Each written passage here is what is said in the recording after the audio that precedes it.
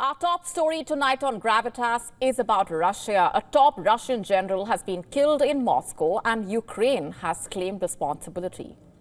Another senior Russian, Mikhail Shatsky, a weapons expert, was killed just last week. And the big question is hanging in the air. How will Russia respond really? Has Ukraine, in desperation, escalated the conflict into total war?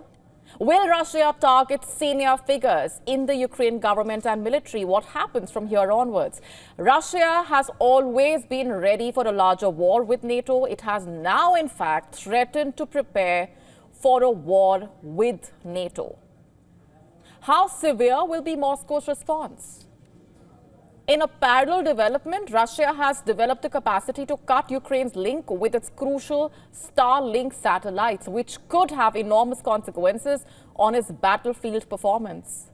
But before that, details of the general's killing, which Russians are calling terrorism. Let me just break this up. It's a startling and complex story with lots of layers of developments and details that are not widely known. A senior Russian general, Lieutenant General Igor Kirillov, was killed in a bomb blast in Moscow. Less than a day earlier, Ukraine accused him of ordering chemical weapon attacks on its troops. The explosion occurred outside his home, about 7 kilometers from the Kremlin, killing Kirillov and his assistant. Investigators suggesting a bomb hidden on a scooter detonated as Kirillov prepared to leave for work. Moscow state media reporting the bomb contained up to 300 grams of TNT equivalent. Both men reportedly died even before medical help arrived. Ukraine's intelligence service, the SBU, has claimed responsibility. A source within the agency told Reuters that Kirillov was considered a war criminal and a legitimate target.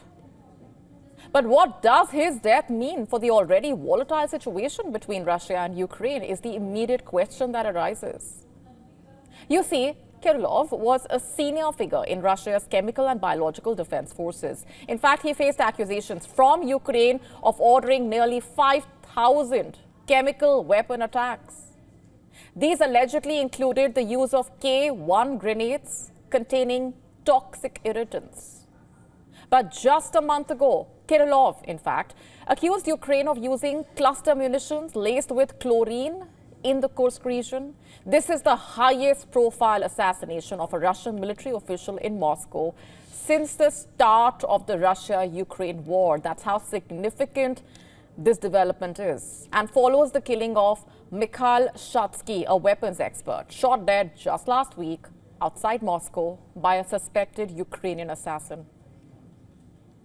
The question is, are we witnessing a coordinated Ukrainian campaign targeting Russia's military elite? The Kremlin has remained silent so far, but the implications are massive. Meanwhile, the Russian defense minister has said that Russia must prepare for war with NATO. You heard that right. As well as complete its war against Ukraine. Belousov made those comments before the Russian Defense Ministry in Moscow on Monday. In a joint meeting with the Russian President Vladimir Putin, Belousov told the Defense Ministry they must prepare for war with NATO within the next decade. He attributed the decisions taken by NATO against Russia during its summit in Washington, D.C. in July. In a nutshell, all 32 member states of NATO approved a declaration that primarily involved providing support for Ukraine against Russia in the war and condemning countries that supported Russia during the conflict. Belousov also said that Russian forces are gaining massive ground in Ukraine, citing advances across multiple fronts. This year, Russian troops have liberated almost 4,500 square kilometers of territory occupied by the enemy. They control less than 1% of the territory of the Luhansk People's Republic and still around 25 to 30% of the Donetsk, Kherson and Zaporozhye regions. The average daily progression has now accelerated considerably, and we are now gaining around 30 square kilometers a day.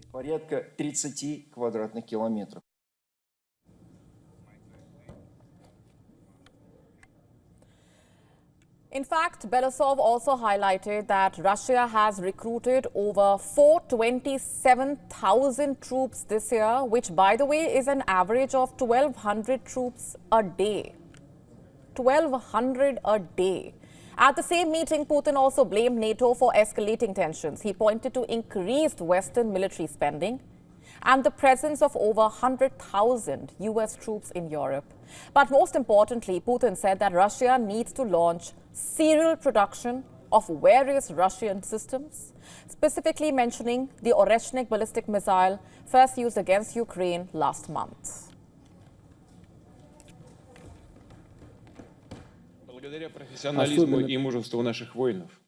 We must organize serial production of such systems like Oreshnik in the near future to ensure security of Russia and our allies, and it undoubtedly will be done.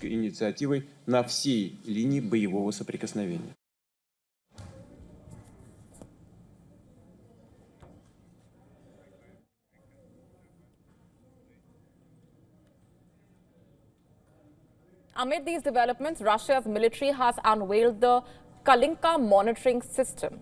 What is that? Basically, a tool capable of detecting and targeting drones using satellite systems like Elon Musk's Starlink. You see, Ukraine has relied heavily on Starlink for battlefield cooperation and drone operations. We've been telling you about this. As per reports, Kalinka can detect aerial and maritime drones up to 15 kilometers away, potentially disrupting Ukraine's drone strikes. Reportedly, it could even neutralize Starlink's militarized version, Starshield. Starlink has been reportedly vital for Ukraine since the war started in 2022. It has enabled encrypted communications, coordinated drone strikes, and provided real-time battlefield intelligence. Without it, Ukraine's ability to counter Russian advances could significantly suffer. So could this new system give Russia a significant technological edge? Could it prove to be a game changer? And just how soon will Russia be able to introduce this system?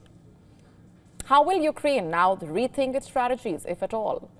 These questions highlight the precarious state between Russia and Ukraine. If Russia prepares for conflict with NATO, what will this mean for Europe and the world? And as Ukraine ramps up its targeted strikes, will this provoke Russia into more drastic measures? Will it lead to broader implications? NATO allies have supported Ukraine with billions in aid and advanced weaponry. But as the stakes continue to mount, how far are they willing to go? Could a direct conflict between NATO and Russia become absolutely unavoidable? At this moment of great uncertainty, there are, unfortunately, more questions than answers. To stay up to speed with the latest news, download the WION app and subscribe to our YouTube channel.